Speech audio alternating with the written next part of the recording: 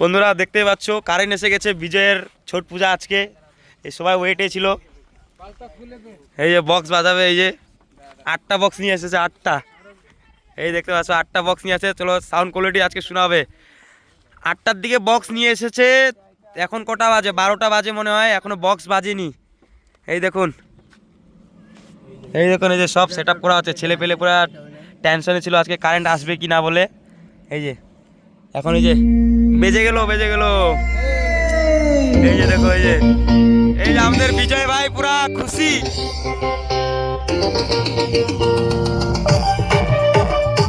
এই যে